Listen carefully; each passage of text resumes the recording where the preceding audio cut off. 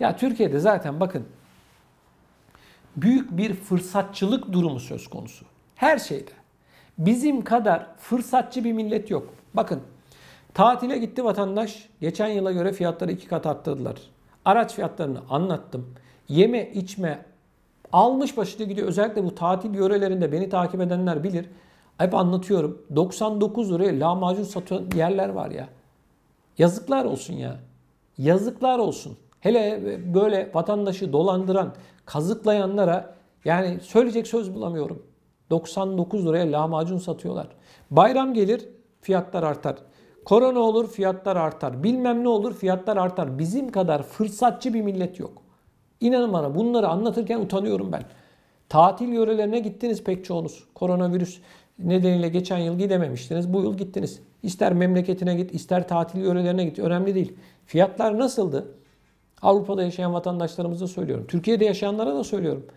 Fiyatlar nasıl? Allah aşkına lütfen sizden rica ediyorum. Şu Türkiye'deki bu yıl tatil deneyimlerinizi anlatın bize. Yazın, okuyalım. Böyle bir fırsatçılık ben görmedim. Beni takip edenler yine bilir. Bodrum'a gittim sizin için o atmosferi görüntüledim. Soygun var. Vatandaşı soyuyorlar, gurbetçiyi soyuyorlar. Hiç kimsenin de ses çıkmıyor. Korona, morona, denetim hiçbir şey yok. Saldım çayıra, Mevlam kayıra. Niye? Turizm sektörü zarar görmesin. Turizm bu mu kardeşim? Bu mu? Milleti kazıklamak mı? Dolandırmak mı? Geçen yıl bir hamburgeri 10 liraya satıyorsan bu sene 25 liraya satıyorsun. Bu mu turizm? Antalya'nın pek çok yerinde tatil yörelerinde euro ile dondurma satıyorlar. Yemek satıyorlar. Euro geçiyor. Fiyat soruyorsun sana diyor ki 10 euro, 15 euro. 14 euroya dondurma satıyorlar Side'de. Bu mu turizm? Vatandaşı kazıklayacaksın. Bu mu turizm kardeşim?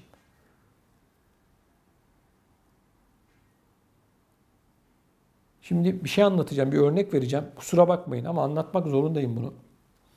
Şimdi bu sözde turizmciler, işini dürüst yapanlara sözüm yok. Hepsini anlatmıyorum. Ben bu hokkabazları anlatıyorum. Bunlar özellikle gurbetçi vatandaşımız gelsin nasıl kazıklarım diye plan yapıyorlar. Bütün sahil şeritlerini kapatmışlar. Bir tane kazık yapmışlar. Diyorlar ki biz bu sene bu vatandaşı nasıl kazıklarız diyor. Bu ellerinde bir kazık. Adeta böyle. Sen gurbetçi, turisti kazıklarsın. Seneye de o kazığı alırsın. Şimdi gurbetçi kalmadı. Döndü hepsi. Avrupa'ya geldiler. Turist kalmadı. Çok az var. O kazığı alırsın kış döneminde. Anladınız, devamını anlatmıyorum.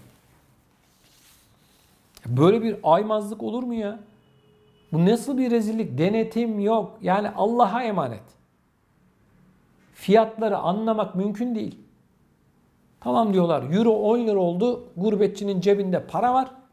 Sanki gurbetçi parayı havadan topluyor. Ağaçtan topluyorsunuz değil mi?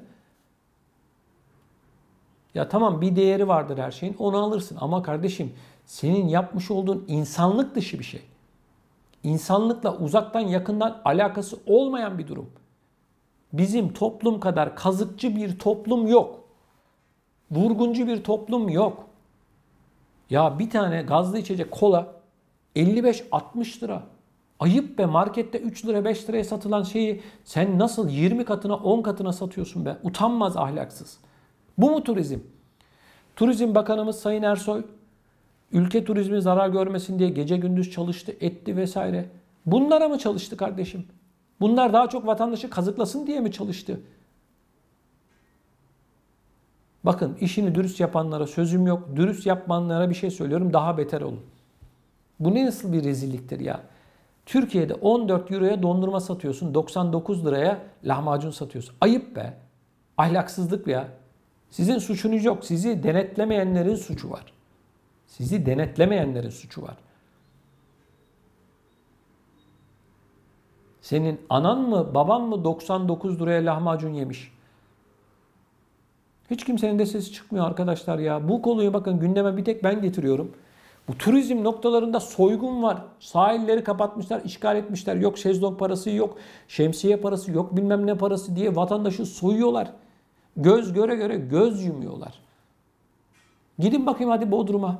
Gidin Marmaris'e, Fethiye'ye, Antalya'ya. Hadi sahil şeritlerini nasıl böyle işgal etmişler. Hadi gidin bakın. Çoluk çocuğunuzla beraber gidin buralara bakayım. 500-600 liradan aşağıya çıkabiliyor musunuz? En ucuzunu söylüyorum, kişi başı.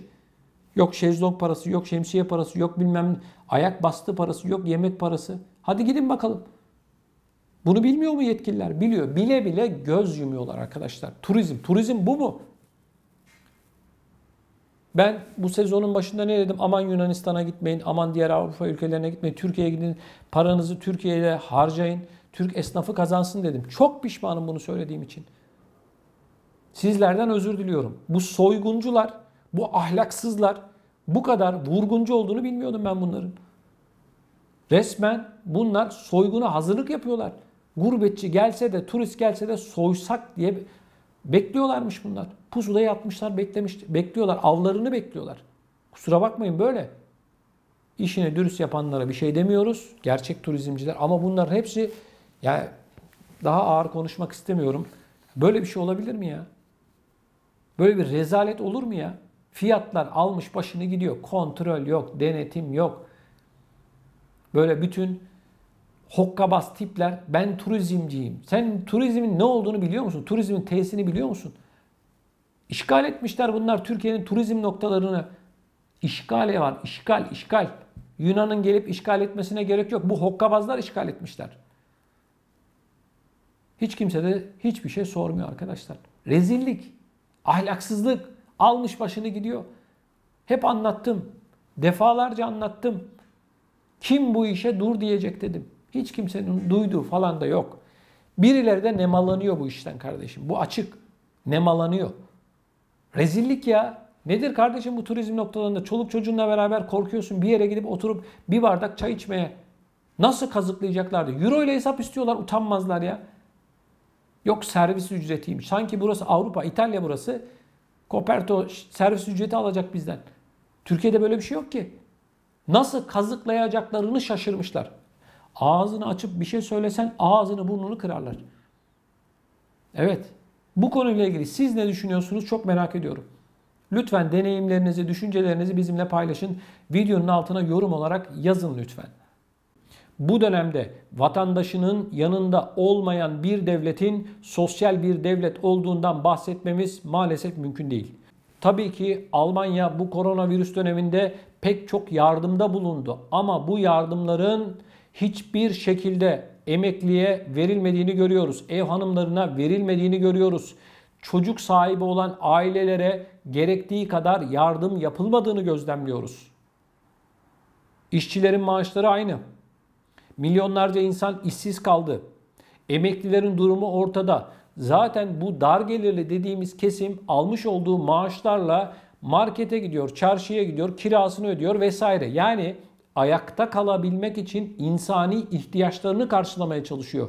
Son 1-1,5 yıl içerisinde Almanya başta olmak üzere Hollanda, Fransa, Belçika, Avusturya, İsviçre gibi ülkelerde maalesef hayat en az %20 oranında pahalılaşmış vaziyette. Fiyatlara bakıyoruz.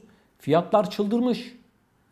Zaten dar gelirli vatandaş almış olduğu maaşla markete gidiyor, çarşıya gidiyor, pazara gidiyor. Yani temel gıda ihtiyaçlarını karşılıyor. Ama fiyatlar ne dedik? Arttı.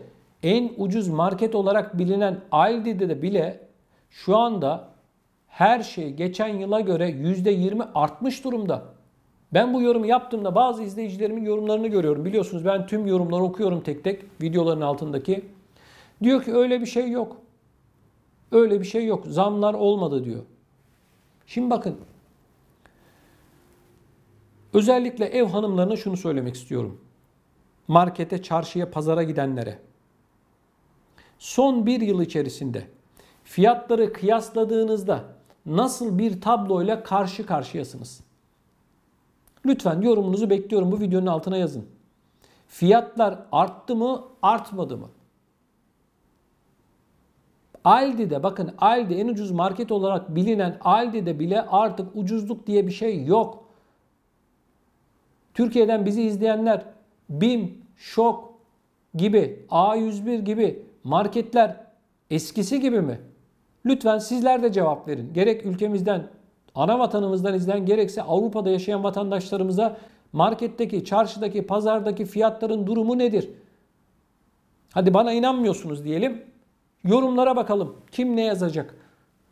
Arkadaşlar hiçbir şey eskisi gibi değil. Almanya, Fransa, Hollanda gibi, İsviçre, İsveç gibi ülkeler, gelişmiş ülkelere baktığımızda vermiş oldukları sosyal yardımlar pandemi öncesinin sosyal yardımları. Ama her şey değişti. Son bir yıla baktığımızda ev kiraları arttı. Gıda fiyatları aldı başını gidiyor. Bu sosyal yardımları, hani siz diyorsunuz ya biz sosyal devletiz. Onun için söylüyorum, hani Türkiye'yi anlatmıyorum. Tamam, Türkiye'de sosyal yardımlar yok denecek kadar az. Yani milletin derdine derman olmaktan uzak. Ekonomi ayırdım, ben Türkiye'yi anlatmıyorum. Şu an ben Avrupa'yı konuşuyorum. Dünyanın en büyük ekonomileri Avrupa'da neredeyse arkadaşlar. Almanya, Fransa, Hollanda, İsviçre. Sosyal yardım vatandaşı demek ki yetmiyor. Emekliye kaç paralık sosyal yardım yapıldı bu dönemde? Çocuğu olanlara kaç paralık sosyal yardım yapıldı? Hadi ben bilmiyorum. Siz yazın. Arkadaşlar bazı şeyleri gerçekten özellikle siyasetçiler yalan yanlış bir şekilde anlatıyor. Yani ortada bir manzara var. Bu manzarayı saklamaya çalışıyorlar. Yüz binlerce insan, milyonlarca insan Avrupa'da işsiz kalmadı mı? Fiyatlar arttı diyoruz. Niye maaşlar aynı kardeşim? Vergi, bakın. Avrupa'da şöyle bir saçma durum var. Anlayamadığım bir durum var. Vergi vatandaştan çok yüksek oranda maaşlarından kesiliyor. Örneğin bir kişi 2500 euro maaş alıyorsa en az 500 eurosunu vergi olarak kesiyorsun. Şimdi bu koronavirüs döneminde bari bunu azalt. Bir taraftan kesiyorsun, diğer taraftan da vatandaşı kapına çağırıyorsun. Diyorsun ki vatandaşa, gel ben sana sosyal yardım vereyim. Şimdi madem öyle, vatandaşın maaşından yapmış olduğun, hani brüt maaştan yapmış olduğun kesintiyi azalt. Vatandaşa da sosyal yardımını de ki kardeşim tamam aynı de, ama bak ben senin maaşındaki kesintiyi azalttım de. Hem işçi için hem de işveren için büyük bir külfet. Hem vatandaşa diyorsun ben sana sosyal yardım yapıyorum, hem adamın maaşını kesiyorsun. Yani sağ cebine koyuyorsun, sol cebinden alıyorsun. Vatandaş yine kapına geliyor. Bakın Avrupa ülkelerinin politikası bu. Vatandaşı devlete mecbur bırakıyor, köle yapıyor. Sakın sosyal yardım alanlar beni yanlış anlamasın. Ben sistemi anlatıyorum. Vatandaş sosyal yardım dilencisi haline gelmiş. Gerçekten öyle. Vatandaş sosyal yardım dilencisi olmuş. Avrupa'nın sistemi bu. Maaştan fazla vergi alıyorsun. Esnaftan fazla vergi alıyorsun. Sonra da esnaf ya da işte işçi senin kapına geliyor. Ver diyor. Madem öyle kardeşim, bak görüyorsun. Milyonlarca insan sosyal yardım alıyor. Sosyal yardımla geçinmeye çalışıyor. İnsanların, çalışanların maaşlarından, almış oldukları ücretlerden yapmış olduğun kesintinin oranını düşür. %25 alma. %20 alma. %5 alıyorum de. Sosyal yardımlar tamam aynı kalsın. Yani sorunu çözmek istedikten sonra 1000 tane formül var arkadaşlar. Bakın bu koronavirüs döneminde yapılan yardımları, bakın yapılan yardımların parasını vergi olarak sizden, benden, ondan, Ali'den, Ayşe'den, Fatma'dan alacaklar. Göreceksiniz. Biz yardım yaptık diyorlar ya. Bu yardımları vergi olarak alacaklar. Göreceksiniz. Şu anda Almanya'da yaşayanlarla ilgili bir araştırma açıklandı. Bu araştırmanın sonuçlarına göre insanlara soruyorlar, en çok nelerden korkuyorsunuz? Ekonomik kaygılar yaşıyoruz. En çok ekonomik korkularımız var diyorlar. Yine yapılan bu araştırmada halk şöyle cevaplar veriyor. Koronavirüs döneminde yapılan yardımların bizden geri alınacağını biliyoruz diyor. Halkın devlete olan güveni yok. Biliyorlar her şey para üzerine kurulu. Tam kapitalist. İnsanlık ikinci planda. Siz ne düşünüyorsunuz merak ediyorum. Lütfen bu konuyla ilgili görüşlerinizi bizimle paylaşın. Yani sizin korkularınız, ekonomik kaygılarınız koronavirüs öncesine göre hangi safhada? Siz eskiye göre almış olduğunuz parayla rahat eskisi gibi geçinebiliyor musunuz? Özellikle hanım izleyicilerimize söylüyorum. Eskiye göre kıyasladığınızda nasıl bir ekonomik tablo var? Lütfen yorumlarınızı bekliyorum. Değerli izleyicilerim, bir konuda da hatırlatma yapmak istiyorum. Lütfen yayınlarımızı beğenin. Lütfen Emekli TV'ye abone olmadıysanız mutlaka abone olun. Bizim ayakta durabilmemiz için bunlar çok çok önemli. Biz de bakın değerli izleyicilerimiz çok zor şartlarda gazetecilik yapmaya çalışıyoruz. Bu ekranlara gerçekten zor şartlarda görüntüler, videolar çekiyoruz. Sizlerden ricamız lütfen Emekli TV'ye abone olun, katıl üyeliği yapın. Bizim daha fazla insana ulaşmamız ve ayakta kalabilmemiz için videoların altında bulunan katıl üyeliğini gerçekleştirmeniz bizim için çok çok önemli.